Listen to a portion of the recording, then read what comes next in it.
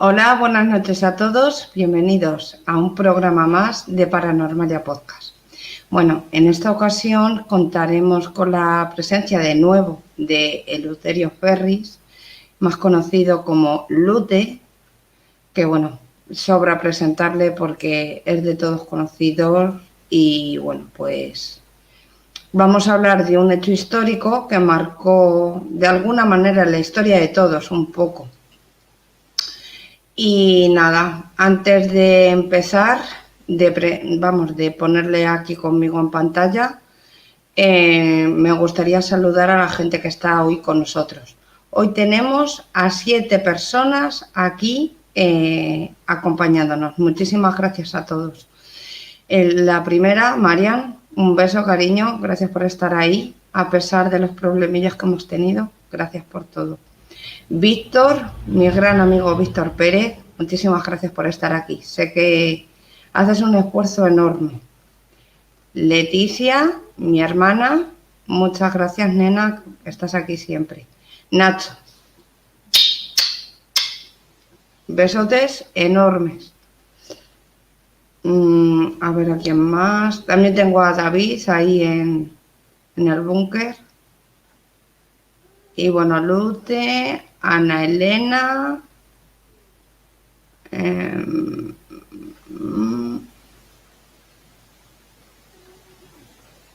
se ha escapado. Muchas gracias. Repetimos contigo este nuevo programa. Muchas gracias por la confianza.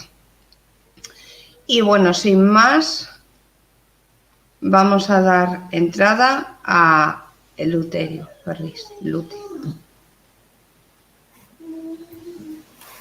Buenas noches. Hola Lute, buenas noches. ¿Qué tal? ¿Cómo estás? Pues perfectamente, aquí esperando. A ver, el programa hoy ha sido algo complicado todo. Hemos tenido casi todos problemas. Bueno, esperemos que no vuelvan a salir y ya veremos.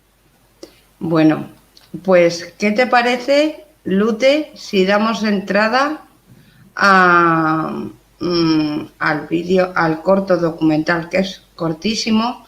Pero antes de nada me gustaría decir una cosa. Por supuesto, mandar mucho ánimo a La Palma. Desde aquí, desde Paranormalia, queremos mandar un abrazo enorme a toda esa gente y todo el apoyo, y que nuestro canal está disponible para ayudar a toda esa gente que lo ha perdido todo. Y bueno, desde aquí eso, y también me gustaría añadir que el otro día en el vídeo del avance del documental, pues sí, metimos la pata, pido disculpas desde aquí, desde estos micrófonos.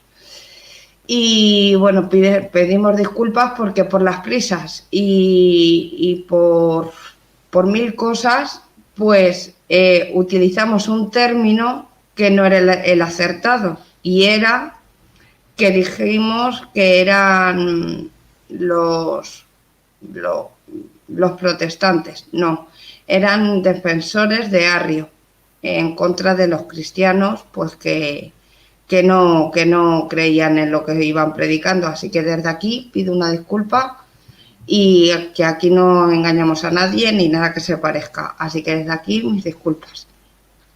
Sin más, pues vamos a dar inicio al corto documental. ¿Te parece, Lute? Perfecto, empieza cuando quieras. Bueno, pues quito, a ver qué tengo aquí. Ocultar, vale. Agregar. Año 325 después de Cristo. El Imperio Romano amenazaba con dividirse en dos.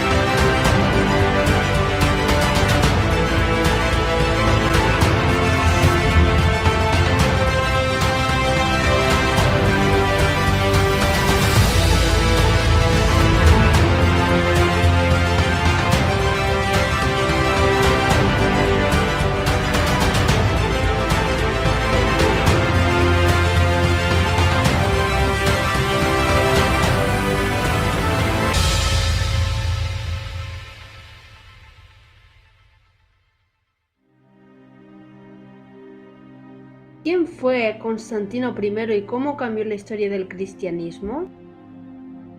El emperador Constantino convocó un concilio ecuménico, financiando el hospedaje de todos los que decidieron asistir, llamado Concilio de Nicea, para parar esa guerra de ideas que había entre todos los súbditos de su imperio. Por todo ello, hizo llamar a los obispos para debatir todo sobre la religión y poner paz en el imperio. En ese momento, el cristianismo se encontraba en pleno apogeo. Constantino invitó a unos 1800 obispos cuyas sedes estaban dentro del Imperio Romano, cerca de 1000 en Oriente y 800 en la parte occidental del imperio. La mayoría de los obispos eran orientales, si bien participaron también 2 representantes del Papa Silvestre. También estuvo presente Arrio y algunos pocos defensores de sus oposiciones teológicas. La posición contraria a Arrio fue defendida entre otros por Alejandro de Alejandría y su joven colaborador Atanasio de Alejandría. No se sabe muy bien cuántos asistieron, pero fueron en torno a unos 300. No obstante, ¿quién fue Arrio? Fue un asceta, presbítero y sacerdote en Alejandría. Sus enseñanzas sobre la naturaleza de Dios, que enfatizan que el Hijo está subordinado al Padre, y su oposición a lo trinitario, que se había vuelto dominante en la cristiandad, le convirtieron en un asunto primordial durante el Concilio de Nicea, convocado por el emperador Constantino I en el año 325. Arrio, un sacerdote que negaba la verdadera divinidad de Jesucristo, y fue excomulgado en un sínodo de todos los obispos. ¿Pero qué pasó en ese concilio? ¿Qué decisiones se tomaron? Los defensores de Arrio estaban capitaneados por Eusebio de Nicomedia, personaje importantísimo en toda esta controversia. En todo caso, Eusebio y los suyos estaban convencidos de que su oposición era la correcta. Reivindicarían a Arrio. Cuando Eusebio de Nicomedia tomó la palabra para decir que Jesucristo no era más que una criatura muy elevada y eminente, seguían con la convicción de que no era de naturaleza divina. Por todo ello, solo seleccionaron 4 evangelios: Mateo, Marcos, Lucas y Juan, entre cientos de los posibles que avalaban la teoría de Arrio. En definitiva, el concilio se convocó porque el cristianismo se encontraba en plena aceptación y amenazaba con dividir el imperio en dos. Todo estaba muy bien planeado para unificar el imperio junto a una misma religión, que en este caso fue la cristiana. Todo escrito que describiera a Jesús como humano y no divino se destruyó. Asimismo, implementaron unas reglas como la esterilización de todos los representantes eclesiásticos y, como no podían formar familia, entre muchas otras cosas más. ¿Qué hubiera pasado si se hubieran tenido en cuenta todas esas escrituras que avalaban la teoría de Arrio y que a su vez fueron destruidas? ¿Cómo unos cuantos decidieron la vida de muchas personas? ¿Cuál fue la verdadera palabra de Jesús? Desde Paranormalia Podcast queremos conocer cómo estos acontecimientos han marcado la historia hasta nuestros días.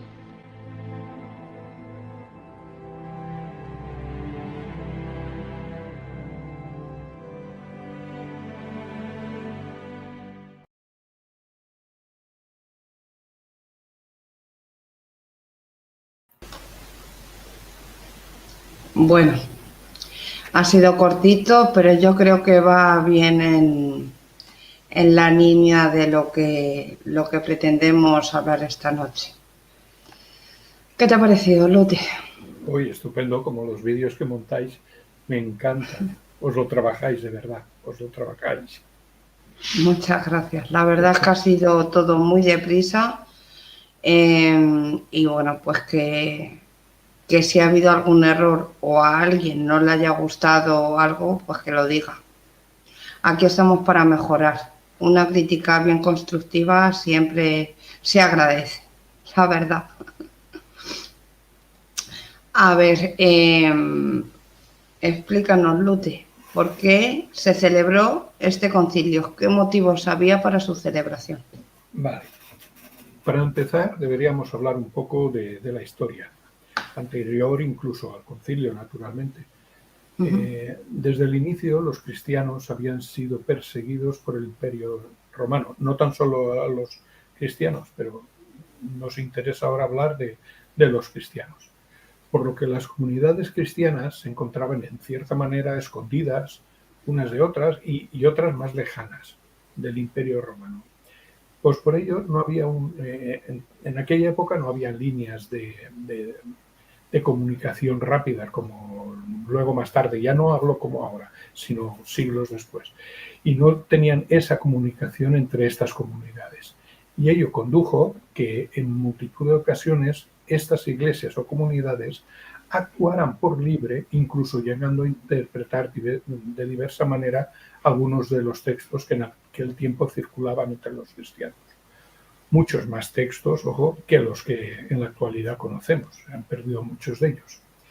Y como había estas diferencias entre estas comunidades, se formalizó este concilio para que, entre otras cosas, crear un mínimo común para todos. Pero esto sería la teoría, porque en la práctica, como veremos, sería algo mucho más distinto. A ver, y la siguiente pregunta es, ¿qué ¿qué opinas tú de la teoría de Arrio?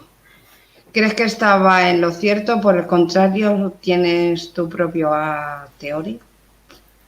Bueno, vamos a ver. Arrio, el famoso Arrio, que era un sacerdote de Alejandría, por lo tanto era cristiano, mantenía una oposición directa a la Iglesia cristiana de lo llamado como trinitario, es decir, lo que actualmente se conoce como la Santísima Trinidad, que es solo una persona entre el Padre, el Hijo y el Espíritu Santo. Y para aclarar un poco, según este Arrio, mantenía que el Hijo está subordinado al Padre, que no eran la misma persona o no son la misma persona. Claro. Esto no fue inventado por él, por Arrio. Era una tendencia que ya se venía hablando desde muy antes.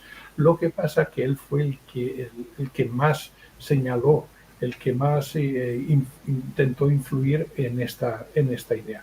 Que, ojo, no era una única línea de pensamiento entre estos cristianos antiguos, sino que según algunos lugares o otras llamadas iglesias formaban su manera ideológica de lo que predicó Jesús, por lo que antes os he dicho de que había muchas iglesias y estaban pues esparcidas o incluso escondidas. Bueno, Arrio es el que más intensificó la idea y se le aplicó esta idea a él. Y esta corriente de pensamiento se le llamó arrianismo por su nombre. Así es. Fue eso. Arrianismo se llamó este movimiento. La manera de pensar arrianista estaba basada en diversas escrituras, en las que claramente se decía que Dios no fue siempre Padre, pero era infinito, porque siempre había estado ahí. Pero cuando Dios creó a su Hijo, Él, Dios, se convirtió entonces en Padre. No sé si habéis visto la diferencia. Dios no era Padre hasta que creó a su Hijo, entonces fue Padre.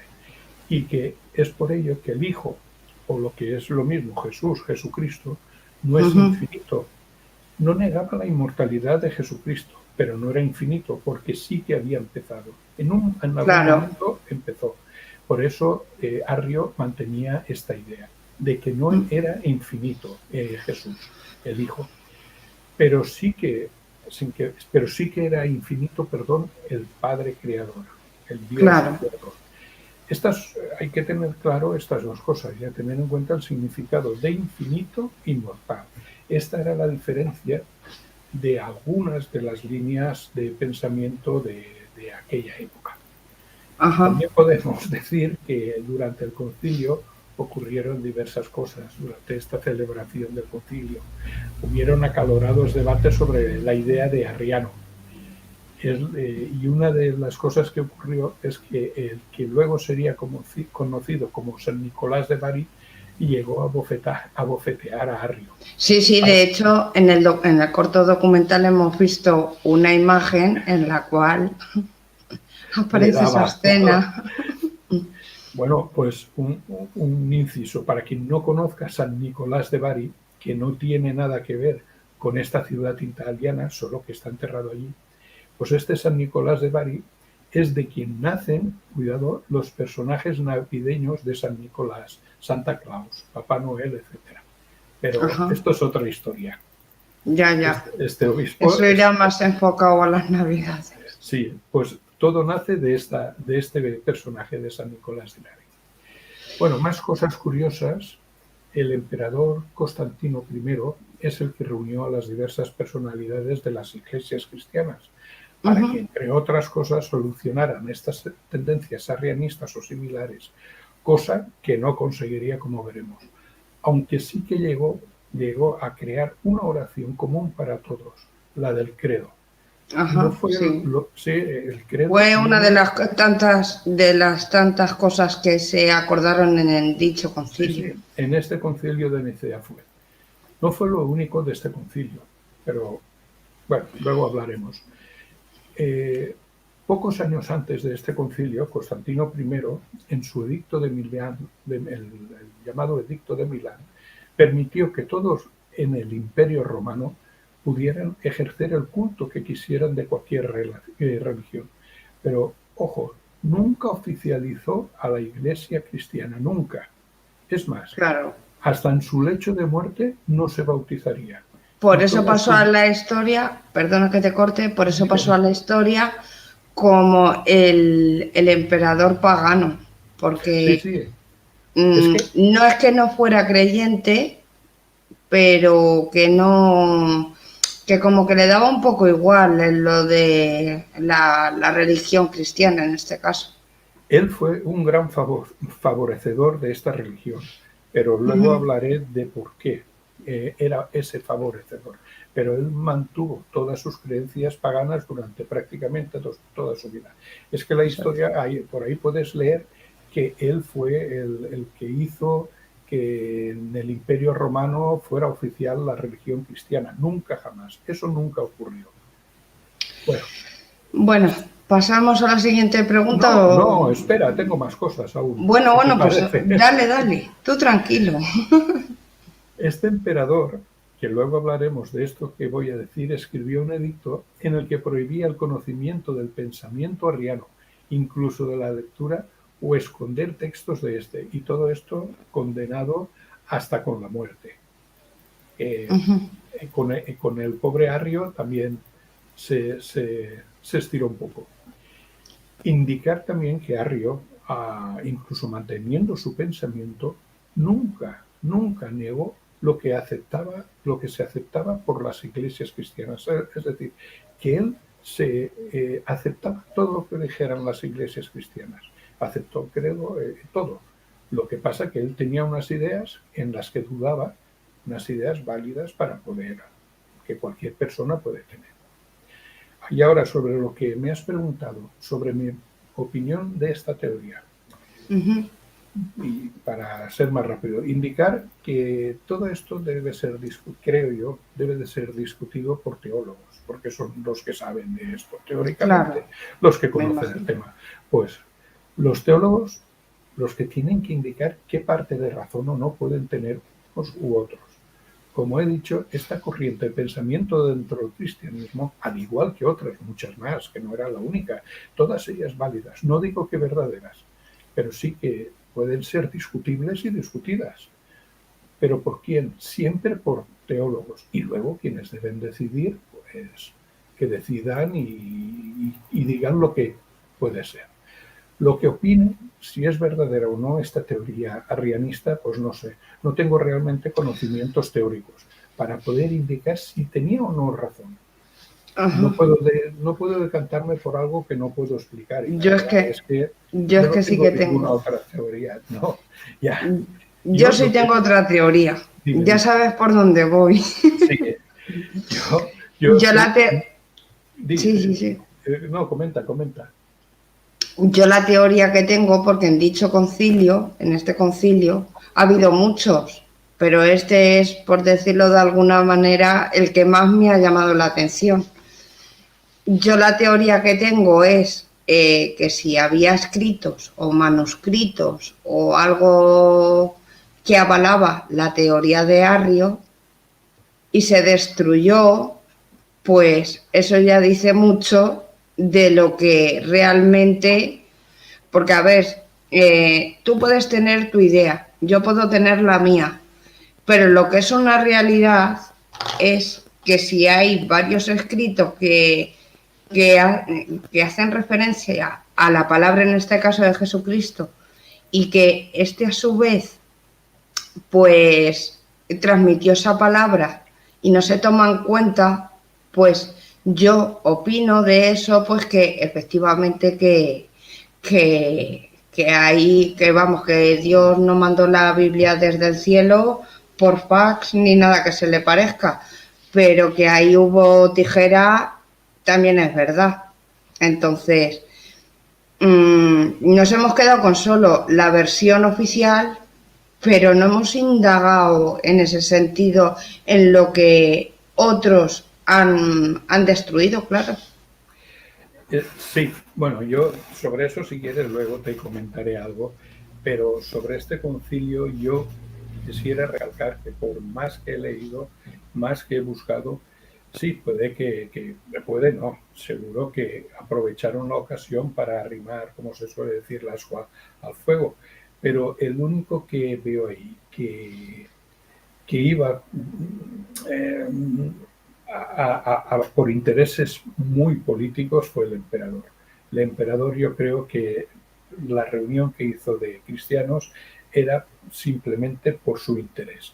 Todos los demás, pues, actuaban, pienso yo, de muy buena fe, haciendo valer sus creencias. Y esto es lo que pienso de Arrio, del arrianismo, y no sé, es que no tengo yo lo que te he dicho antes, que sean otras personas, los teólogos, los que hablen, discutan sobre esto. Exactamente, sí. Nosotros podemos opinar, pero tampoco asegurar. Así que, bueno, la siguiente pregunta, que nos hemos desviado un poquito del tema, pero bueno, no está mal. ¿Qué significan los términos que estamos tratando ecuménico? Lo de ecuménico, vale. Cuando hablamos o escuchamos de los concilios ecuménicos, como fue este, su significado más literal es la tendencia a buscar una restauración de la unidad, en este caso entre los cristianos. Y por ello, en teoría, se creó este primer concilio ecuménico, uy, qué palabra, de Nicea.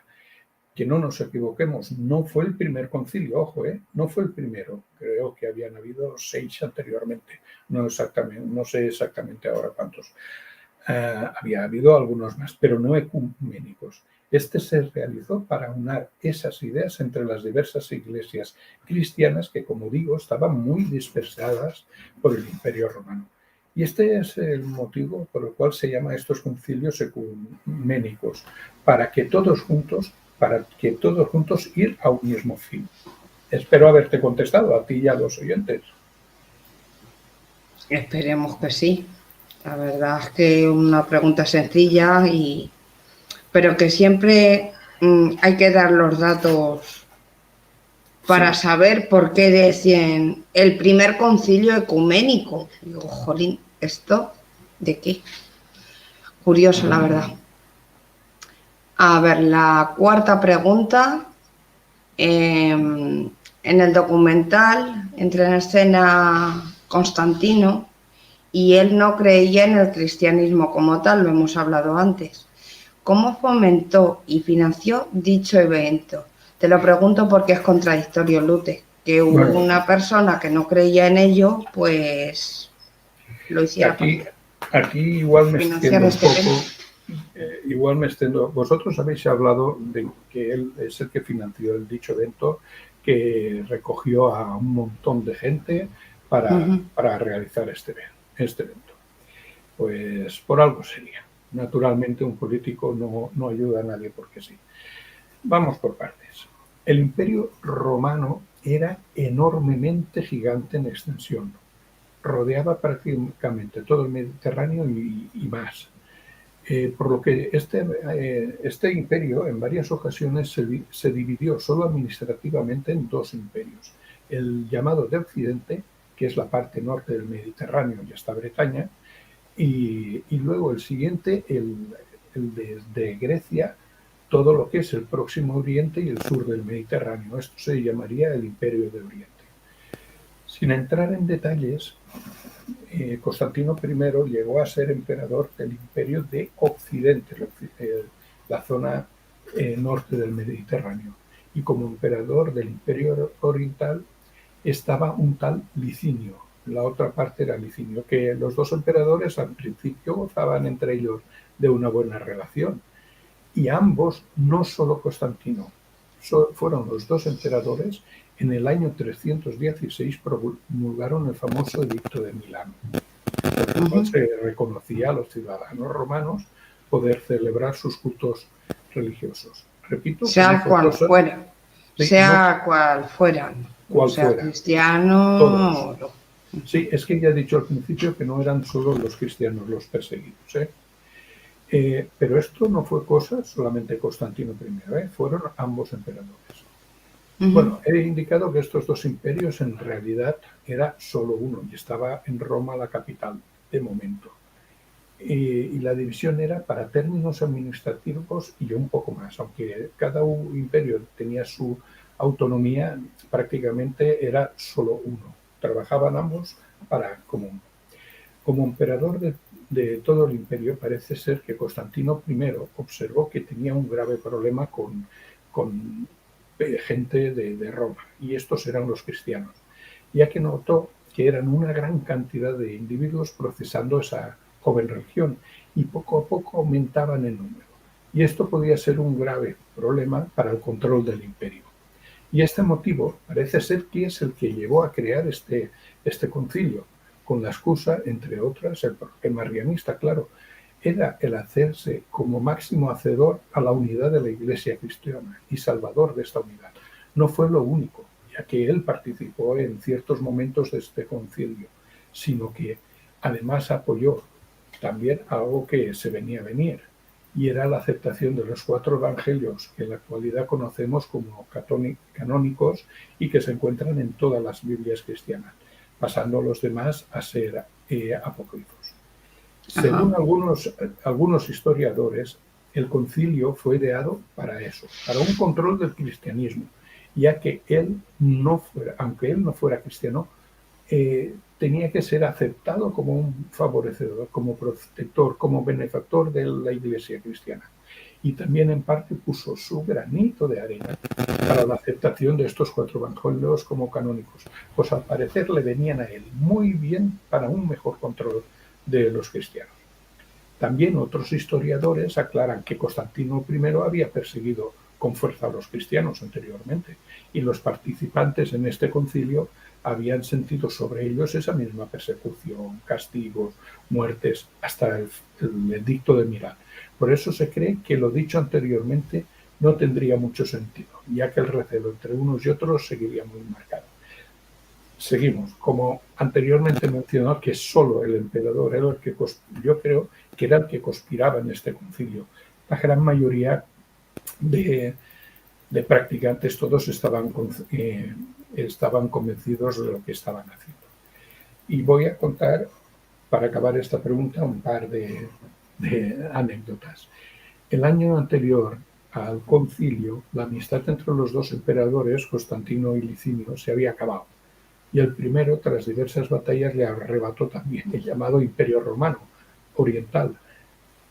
Indicar que cuando se inició el concilio de Nicea, Constantino I ya era otra vez emperador de todo el imperio. También hizo hacer que de Roma, que era la capital del imperio, la trasladó a Constantinopla, lo que antes había sido Bizancio. Y ya para rematar, una curiosidad. La madre de Constantino I, Helena, también tuvo su historia en el cristianismo, ya que en un viaje a la llamada Tierra Santa se dice que fue ella la que encontró el Santo Sepulcro y también la Veracruz, la historia de la Veracruz, verdadero o falso, pero ahí está, cada uno pues... una curiosidad. Sí, son curiosidades que leyendo las he encontrado y la verdad tienen su miga, su historia. Bueno, jolín, qué interesante este tema, es que me apasiona, la verdad. Me apasiona desde que lo vi. Bueno, os diré, esto yo no me lo he sacado de mi chistera, esto salió del Código Da Vinci, de la película. Pero es que es una película, es una novela. Ya, pero no, sí, ya me queda claro que hay cosas que son verdad, cosas que son mentira y bueno, pero me quedé con este nombre, me quedé con este acontecimiento, por decirlo de alguna manera, y me puse a indagar, pero desde el inicio de la película me entró una obsesión, digo, ¿será verdad, Dios mío? No sé qué. No, pero la película lo que me hizo ver en sí, lo que me hizo ver es que no es todo como me lo han contado, y eso es una realidad. No creo que se casara y todo el rollo pero sí creo que nos han engañado igual cachinos y ya está, y eso es. Y me dio por indagar y la verdad es que este tema siempre me ha apasionado, la verdad. No, lo bonito es eso, sobre algo que te llama la atención, pues buscar si es real, no es real, por qué se comenta, es que es muy curioso. Sí. Bueno, vamos a la siguiente pregunta, la quinta en este caso. ¿Qué decisiones se tomaron en el concilio? Vamos a ver, aquí sí que tengo que mirarme. Bien. Lo que en el concilio, pues, hombre, se hizo el trabajo que tenía que ser. Era tener algunas decisiones para todas las iglesias, que afectaría a todas las iglesias esparcidas por el ahora único imperio romano. Por ejemplo, se llamó el símbolo nineno por Nicea, el cual era la verdadera razón de las divinidades cristianas, es decir, que Dios es el Padre, que Dios es el Hijo y que Dios es el Espíritu Santo, señalando, aquí sí que lo aclararon, que Dios Hijo no fue creado por Dios Padre, sino, ahí está la palabreja, generado por Él antes de todos los siglos, y que se encarnó como hombre por obra del Espíritu Santo. Y con esto, con este párrafo que os acabo de decir, pues se derrumbaría la tendencia arriana de momento. Otra cosa que se aceptó fue, como he dicho, la oración del credo, que fue muy debatida por el tema del arrianismo. Si recordamos esta oración, veremos que algunos cristianos oran diciendo: creo en Dios Padre Todopoderoso. Tan simple es esta frase como disputas había por poner la palabra Padre, simplemente por eso. También se instauró la manera de contar la fecha de la Pascua para los cristianos, y aquí el emperador tuvo mucho que ver para que no coincidiera con la Pascua judía. Recordemos que la conocida última cena de Jesús con los apóstoles, estos estaban celebrando la Pascua judía, celebraban la cena que al día siguiente les dio la libertad al pueblo israelita de los egipcios. Pues fue este emperador quien metió mano para poder modificar las fechas de conteo y que no coincidieran con la Pascua judía. Se desarrollaron también diversos cánones, que eran diversas reglas a tener en cuenta por todos los cristianos en general, como por ejemplo, y cuidado, la automutilación sexual. Algunos en esa época ciertas cosas eran pecados y se les iba. Reconocer como cabeza de la Iglesia cristiana al obispo de Roma, seguido por el de Alejandría y Jerusalén, pero todos estando al mismo nivel, no que uno era superior a otro. Algunos años después esto sería un grave problema. También la de cómo aceptar otra vez en la Iglesia cristiana los llamados lapsi, que eran los miembros de la Iglesia cristiana que por miedo durante el tiempo de las persecuciones pues renegaron o traicionaron la fe para evitar la muerte o la persecución. Y para no extenderme más, indicar que en este tiempo se manejaban diversos textos evangélicos, y en este concilio y de manera oficial los evangelios canónicos serían los 4 que actualmente tienen las iglesias cristianas, y luego ya más tarde en el concilio de la Odisea, en el 363, se volverían a ratificar estos 4 evangelios. Ya estamos entrando en materia.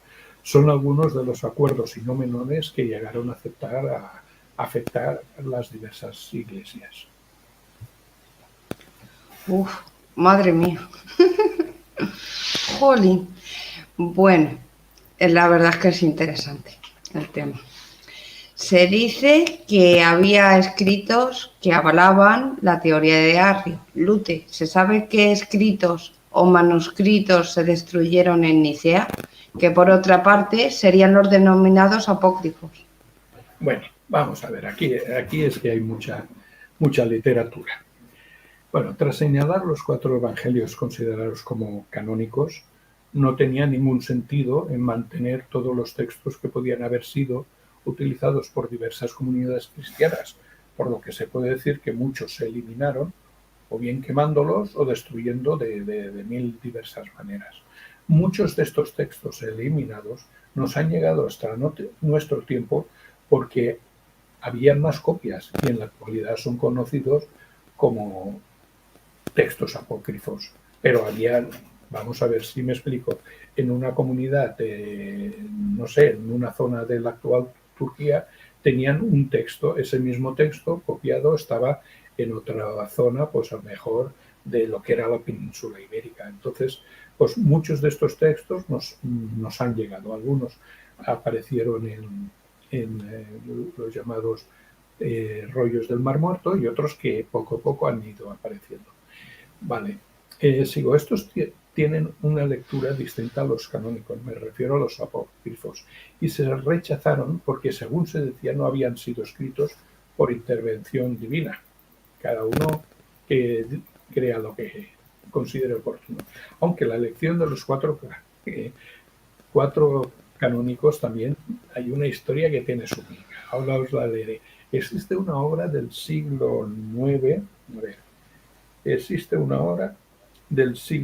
titulada Synodicon Ventus, que recopilaba las decisiones de todos los concilios hasta ese momento, y en la que podemos leer en una nota al margen del texto lo siguiente: los libros apócrifos se distinguieron de los canónicos de la siguiente manera. Todos ellos se colocaron en la casa de Dios sobre el altar, tras lo que los obispos oraron para que aquellos textos que eran inspirados quedaran encima, mientras los que fueran espueros abajo. Y así fue. Esto lo podemos leer en el Sinódico Ventus del año 887, en el volumen 5, página 9. Una extraña manera de seleccionar este texto, creo yo, no sé, a rezar, y unos que queden arriba y otros abajo, no sé. En fin, ¿cuántos fueron destruidos? Pues yo creo que no es relevante, porque existían, como he dicho, muchas copias de cada uno de estos y la gran mayoría nos han llegado hasta nuestros días.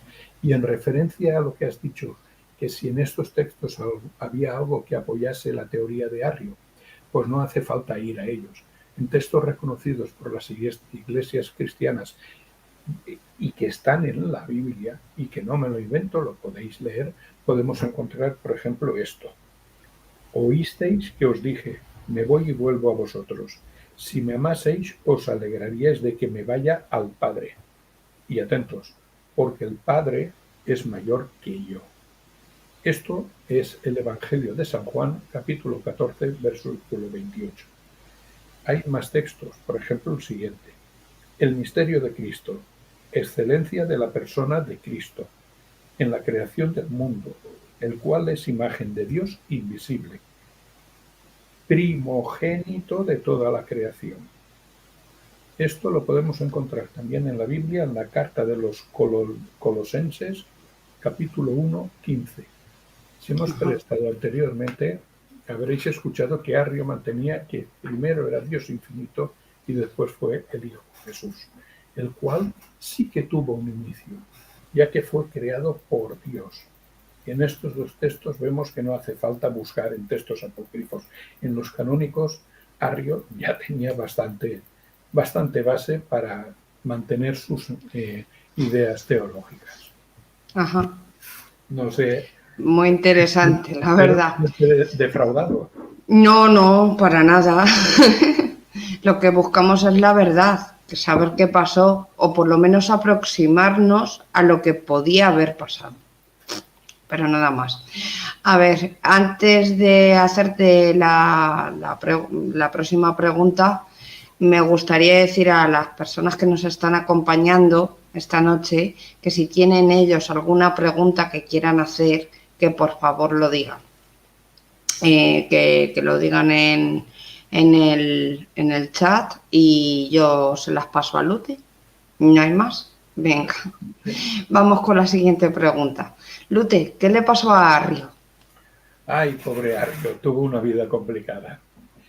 Me explico ahora, os cuento. Antes de este concilio del famoso, en el 319 ya tuvo problemas con el patriarca Alejandro, pero en el 321, tras un sínodo de obispos egipcios y libios, fue condenado por hereje por primera vez. Vale, ya la tenemos.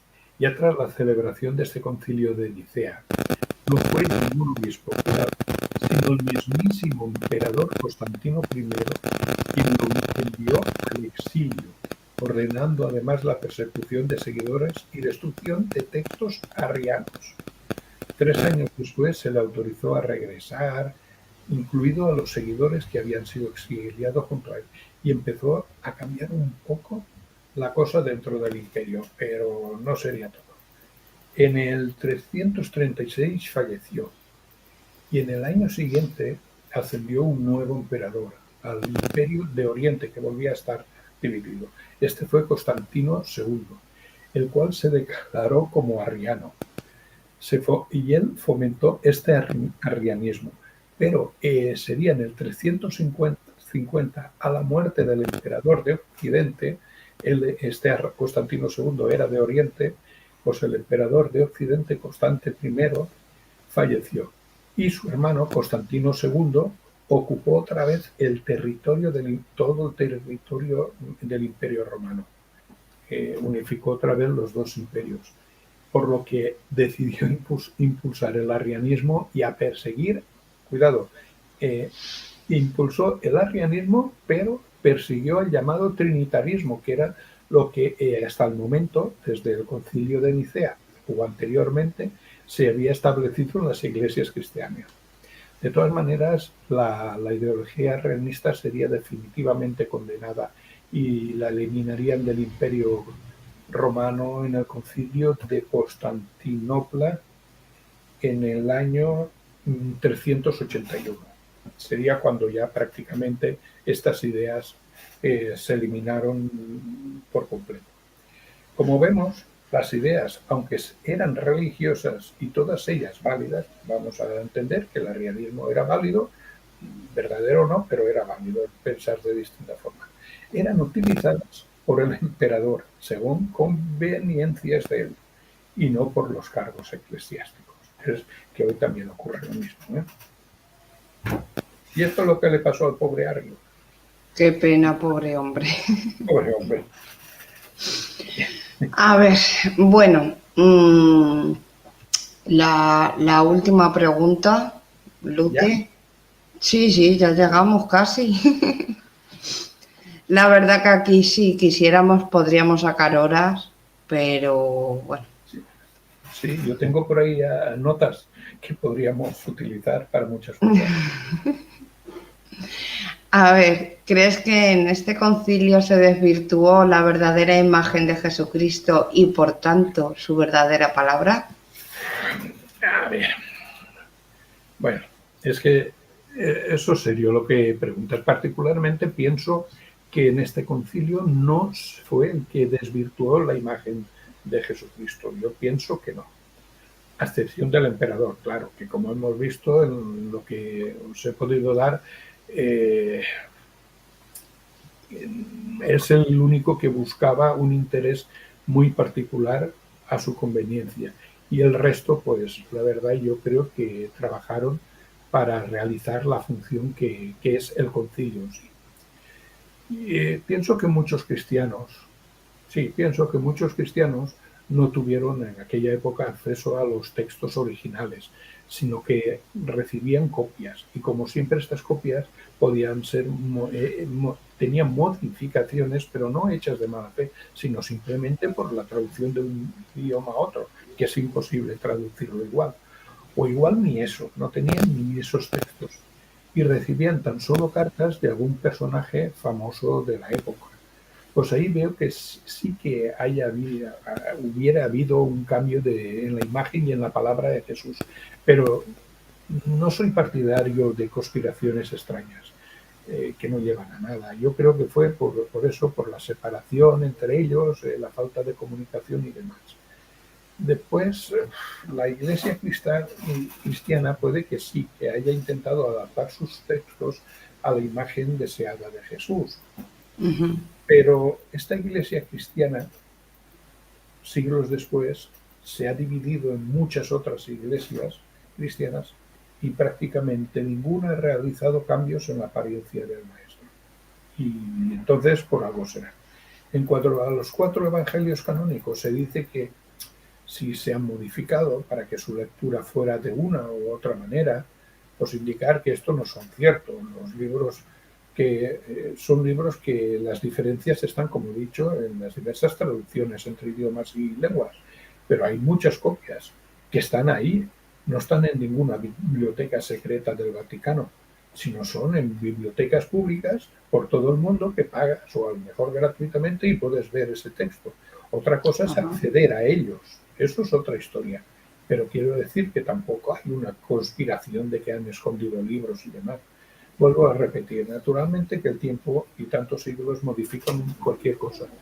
Pero claro, no veo una conspiración descarada en este concilio ni en otros. No veo una conspiración descarada. Sí que hay cosas extrañas, naturalmente, que un emperador que ha perseguido a los cristianos, incluso los asesinaba, que luego, vale, señores, venga, os pago las estancias, los viajes y aquí a decidir. Hay cosas raras, naturalmente que hay cosas raras. Yo es que mi opinión personal es que Constantino celebró este concilio para unificar el imperio en una misma religión, que en este caso sería la cristiana. Entonces ahí, por eso... Perdón, Sara, unificar en una sola religión para mejor control de los cristianos. Exactamente, para que no se armaran revueltas y, bueno, pues su reinado, como lo quieran llamar, pues no tener esta serie de enfrentamientos, por así decirlo, entre unos y otros. Y yo creo que lo sacó de cuajo, dijo, pues aquí que hay más simpatizantes de que avalan la religión cristiana, pues venga, los vamos a dar pan y chicha y ya está.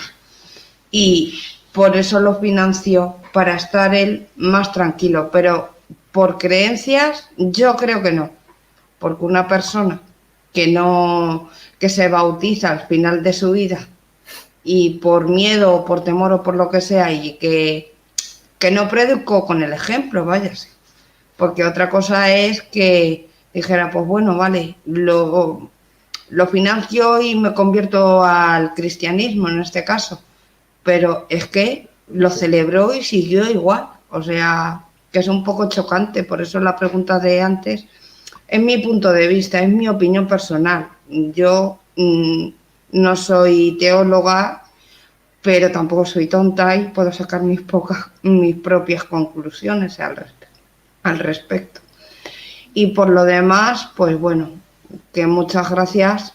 Aquí tengo un texto de un artículo que me sorprendió gratamente, no tiene nada que ver con el concilio, pero sí me llamó poderosamente la atención el haberlo visto. En la descripción del vídeo pondré el link para la gente que lo quiera ver, que no me ha dado la vida para ponerlo. Entonces, pero lo voy a leer para que la gente a ver si capta un poquito lo que yo opino. Lo cogí simplemente porque es mi punto de vista y coincidía en muchas cosas con mi pensamiento actual. A ver, los evangelistas no quisieron escribir una biografía de Jesús, no fue esa su intención. Ellos entregan a sus comunidades la verdad del acontecimiento, Jesucristo como fundamento de su fe, en el testimonio de lo vivido y la enseñanza concerniente a la salvación. Su objetivo no fue un documental, sino testimoniar y transmitir lo recibido fielmente. Pues yo con eso me quedo. ¿Cuál fue la verdadera palabra de Cristo? Es que hablamos de los evangelios que has nombrado y que hemos hablado. Unos son canónicos y otros son evangelios. Ahora no me sale. Dios mío, que no me sale. Los canónicos y ¿cómo se llaman los otros? Apócrifos. Apócrifos, eso no me salía ahí la data. Según las iglesias cristianas, y he repetido una y otra vez, cristianas, no católica. Vale. Cristianas. No, es que hay gente que igual no conoce el significado de ambas cosas. Los evangelios y el resto de textos que aparecen en el Nuevo Testamento aparecen en esa parte de la Biblia porque son inspirados por Dios. Y consideran que los llamados apócrifos son pues lo que acabas de leer, que explican pues ideas era la biografía de Jesús o de otras cosas. Incluso también se dice que los milagros que hace Jesús en los evangelios apócrifos son muchos más exagerados que el mismísimo evangelio, que los canónicos. Y entonces, pues, es que ¿quién lo decidió? Pues no sé, sus motivos tendría. Pero ahí están. Hay que tomarlos como son y nada más. Y el creyente lo tomará como algo que es dogma de fe, y el no creyente pues lo tomará a lo mejor como un libro que está indicándonos ciertas cosas que son buenas para investigar y aprender si hay una verdad. Ajá. A ver, tengo dos preguntas. Una es de Ana María Elena y otra es de David. Vamos a iniciar con la de Ana. Si somos hijos de Dios, ¿cómo permitió guerras? Muy interesante, la verdad. Pero es que preguntárnoslo a nosotros o a mí, pues la verdad, habla con teólogos. Ana María, igual los teólogos te dan algunas, no sé. Es que yo también tengo esas dudas. ¿Por qué permite el mal, las guerras, la muerte de niños, las enfermedades? Es que claro, la gente... Es que yo tengo también esas dudas. No dudas, vamos a ver, esas dudas no me llegan a dudar de Dios, sino a dudar de ciertas razones o de ciertas ideas que me dicen. Vamos a ver, hay cosas, no sé si eres madre, Ana María, pero yo soy padre. Y yo siempre he dicho que yo no soy padre para que mi hijo no tropiece. Mi hijo si tropieza, muy bien, así aprende a levantar los pies. Pero yo soy padre para que él sepa que yo siempre estaré a su lado para levantarlo, o para ayudarle a que se levante, no para levantarlo. Entonces, este tipo de ideas, pues hablas con ciertas personas que tienen más conocimiento, más estudio, y a lo mejor nos lo podrían... Si no solucionar, si dejarlo... No, yo creo que la pregunta de Ana María, conociéndola como la conozco un poquito, yo creo que va derivada a que si Dios era tan bueno y tan generoso, ¿cómo es que se ha matado en su nombre? Vaya. En su nombre. Porque es que ahí hay un monopolio, porque dice que Dios da la vida y la quita, que nadie tiene por qué ser su brazo ejecutor en este caso. Es por ahí, creo que por ahí van los tiros. Si es por ahí, no hay otra, sí que hay una respuesta clara. Por los burros y los zoquetes que somos los seres humanos. Eso es el motivo. Eso pasa porque somos un atajo de sinvergüenzas. ¿No? Es así. Bueno, hay otra pregunta de David. A ver. Vale, pregunta, ¿se hizo santo a Constantino I? Que yo sepa, no. No sé, no he leído mucho, pero que yo sepa, no. Vale, pues ya. El emperador creo que nunca fue. Bueno, si quieres lo podría... Estaría cojonudo que le hicieran santo después de que no creyó en Dios. Hasta ya lo último que diría, madre mía, ¿y si es verdad? A mí que me bauticen aquí ahora, en este momento. Yo no he visto nada por ahí que haya, no sé, creo que no. Estoy casi convencido que no. Bueno, pues... no, ya está.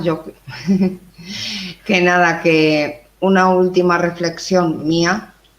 Que yo creo que en el Concilio de Nicea, y creo y estoy convencida de que todo lo hablado en ese concilio se alejaba mucho de la verdadera palabra de un hombre que nació pobre y en un pajar, y ahora si hubiera descendientes serían los más poderosos del mundo.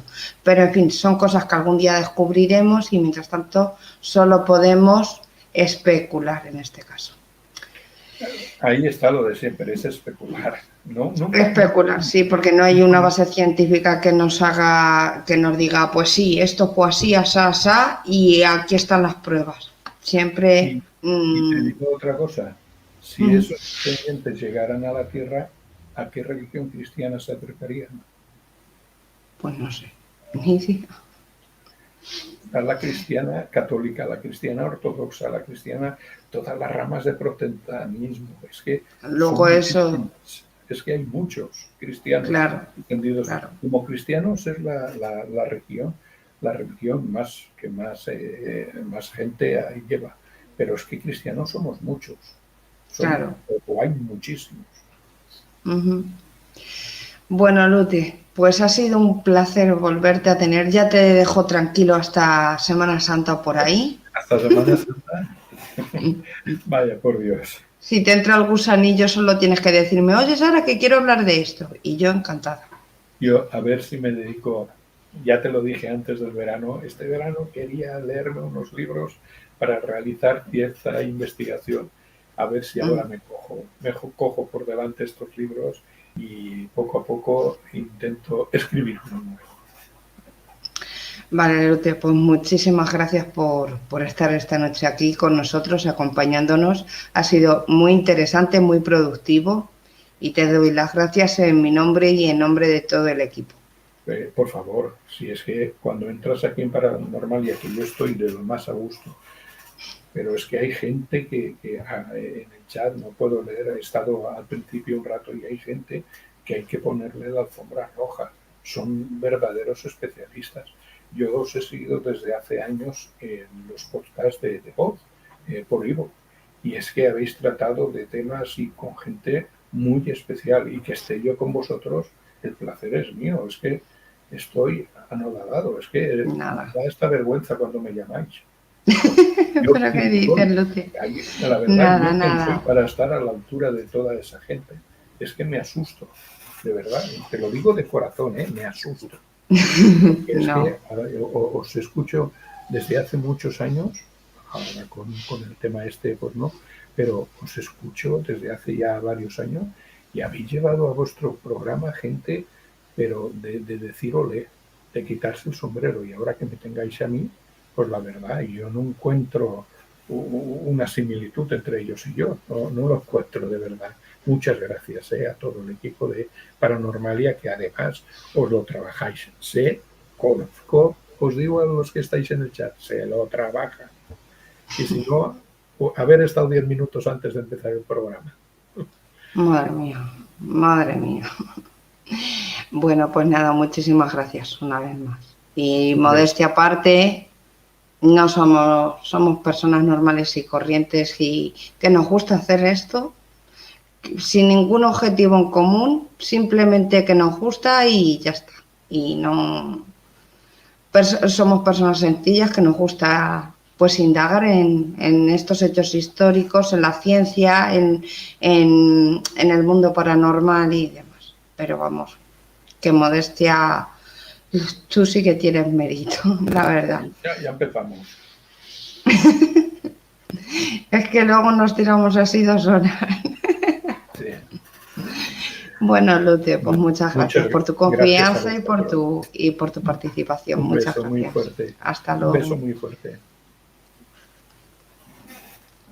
Jolines, a ver. Bueno, pues no os vayáis, por favor, que está aquí Marian. A ver, Marian, cariño, te desmuteo. Hola, buenas noches a todos. ¿Me oís? Buenas noches, Marian. ¿Me oyes, Sara? Sí, perfectamente. Vale. Bueno, a ver qué nos tienes que contar, dime. Vale, antes de entrar a lo que os quiero contar, quiero darle las gracias a Lute. Siempre es un placer tenerle y es un lujo escucharle, porque es que sabe muchísimo y te quedas con la boca abierta escuchándolo, ¿no? Así que le mando un beso y de verdad que 1.000.000 de gracias por estar en Paranormalia Podcast. Y a lo que vamos. Bueno, pues yo entraba aquí de puntillas porque os quiero proponer una cosa, y es lo siguiente. El día 31 de octubre vamos a hacer un especial a las 11:15 de lo que es la tradición y la celebración de Todos los Santos y el Día de los Difuntos. Entonces os propongo 2. en vez de una os propongo dos. La primera, que podéis mandar un vídeo contando las tradiciones de vuestra comunidad y los ritos familiares que habéis adquirido y de cómo celebráis, y lo podéis enviar al correo que está debajo de la descripción. Espera, antes de que continúes, jolín, con la mosca, me tiene, vamos, me está dando un programita, la capulla de la mosca. Nada, Sara, Espera. Espera que pongo un vídeo que he creado esta tarde para hacer después cuento la otra. Vamos por partes. Tú mandas.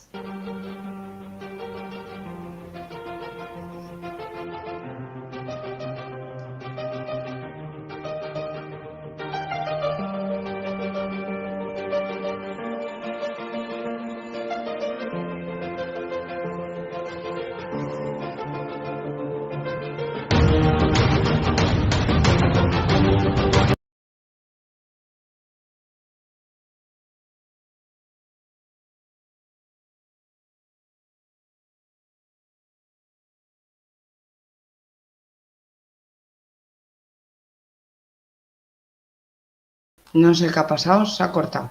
Pero bueno, en la descripción del vídeo pondré el correo electrónico para el que quiera, mandar, pues los vídeos que nos está diciendo María. Venga, prosigue. Vale. Y la segunda es, pues, que todo aquel que le apetezca entrar, que se atreva a entrar en el directo, pues que puede contarlo él o ella en primera persona. ¿Cómo? Pues Sara y David os pasarán el enlace para que entréis junto a nosotros al directo y entre todos pues podamos contar pues cada uno sus experiencias. Y más o menos eso es lo que venía a contaros, que espero que os animéis, que participéis con nosotros, que ya sabéis que hay dos formas, vídeo o directo. Yo os animo a que entréis en el directo, todos aquellos que podáis, porque vamos a dar más vida y vamos a enriquecer más interactuando unos con otros en el directo y creo que puede venir genial. Mira Lutero que me dice, no soy pelota, soy realista, digo las cosas que son y son así. Y nada más me queda que espero que os vengáis a Paranormalidad Podcast el 31 de octubre a las 11:15. Y por último, antes de daros besos y despedirme, sí, quiero mandar desde aquí, como ha hecho Sara, un abrazo a los hermanos de La Palma y en especial a Guarita, a mi amigo, que tiene a su familia allí, que es su tierra, que está aquí en la península, que lo está pasando mal, que está ayudando desde aquí como puede, que cuando tenga el tiempo se va para allá y que tiene también familia y conocido y mucha gente conocida, amigos afectados y de verdad que yo con La Palma. Que un beso a todos los de La Palma y en especial a Guarita. Y nada, que familia... Mucho ánimo para todos, la verdad, que es una verdadera pena lo que están pasando en esas tierras y sí. Desde aquí toda la solidaridad para esa pobre gente que lo ha perdido todo y desde aquí, desde nuestro canal, como yo digo siempre, pues todo nuestro apoyo y para lo que necesiten, en la medida de nuestras circunstancias, lo que podamos apoyar, apoyaremos. Sí, de hecho estamos en ello, ¿verdad, Sara? ¿Cómo podemos? ¿Sí? Creando contenido para apoyar a La Palma y cada uno dentro de sus posibilidades, pues haciendo bizum o aportaciones a la página oficial de Cabildo de La Palma, ¿no? Y nada, pues Sara, que 1.000.000 de gracias. Gracias a ti por todo. Gracias a ti y a Lute también. Darle las gracias otra vez, una vez más. Que nos espera un directo muy especial el 31. Que no os lo perdáis, de verdad. Porque a esta mujer se la ocurrió, a mí me pareció buena idea, lo debatimos y demás. Va a haber sorpresas, Sara, que va a haber sorpresas. Bueno. Sí? Y hasta ahí se puede leer. Ya no se puede decir más porque si no, adiós. No, así. Nada, que a todo el chat muchas gracias por estar y que un beso y que nos vemos sin falta el 31. Vale, sin falta. Y No como faltéis. os digo, en la descripción del vídeo pondré el correo electrónico para que la gente que no quiera entrar en directo y nos quiera mandar un vídeo diciéndonos, pues bueno, sus tradiciones, lo que se acostumbra tipo gastronómico, costumbres religiosas o de cualquier índole que tenga que ver con el Día de los Fieles Difuntos, pues hay que nos las transmitan y nosotros desde el canal las pasaremos. Dime. Y una cosa, Sara, que yo le propongo a Lute que entre, porque seguro que tiene algo que contarnos. Yo sí, desde aquí le invito. Yo le he dicho, digo, hasta Semana Santa te dejo tranquilo, pero... No, yo le voy a tirar una cartita y le voy a decir que si puede y le apetece, que el 31 seguro que puede contarnos cosas muy interesantes también. Y seguro que tiene él también su forma de celebrarlo y tradiciones. Al final todos tenemos, porque yo, por ejemplo, no voy a adelantar nada, pero yo las cosas que tengo son recogidas desde mis abuelos.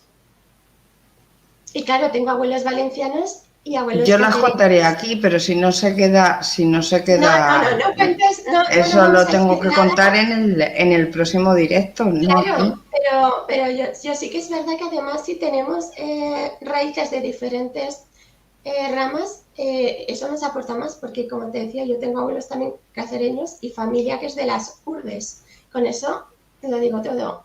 Entonces, pues bueno, que hay cosas que aquí tenemos en la península, como digo yo, para no ofender a nadie, rituales y tradiciones muy bonitas, aparte de las que hemos incorporado de otros países. Y que tenemos que dar valor a las nuestras también. Tenemos que darle su lugar para no perder nuestra historia. La historia la escribimos todos los días nosotros, cada uno de nosotros. Pero para que perdure, tenemos que darle vida, y la vida se la damos con la palabra. Pues nada, yo creo que ya hemos captado tu mensaje y bueno, pues os animo desde aquí a que nos mandéis esos vídeos o el que quiera, pues que me escriba, yo le doy para pasarle los links y si quiere entrar en directo, pues aquí estará con nosotros esa noche tan mística y mágica. Sí. Pues nada, Sara, cariño. Que un beso a todo el equipo que os quiero un montón y a todos los amigos del chat, por supuesto. Sobra decir lo mismo. También me gustaría antes de... no, es que es la verdad. Que han entrado Plano 7, Guaji, Sasca Pau, que es amigo de Lute, que ya le tengo localizado. Muchas gracias por darnos esta confianza y por estar siempre en los directos. Muchísimas gracias. Y bueno, pues como os digo yo siempre al final del programa, hasta el próximo programa, amigos. Hasta entonces y aún después, sean todos muy felices. Hasta el próximo programa. Pasad la voz del especial.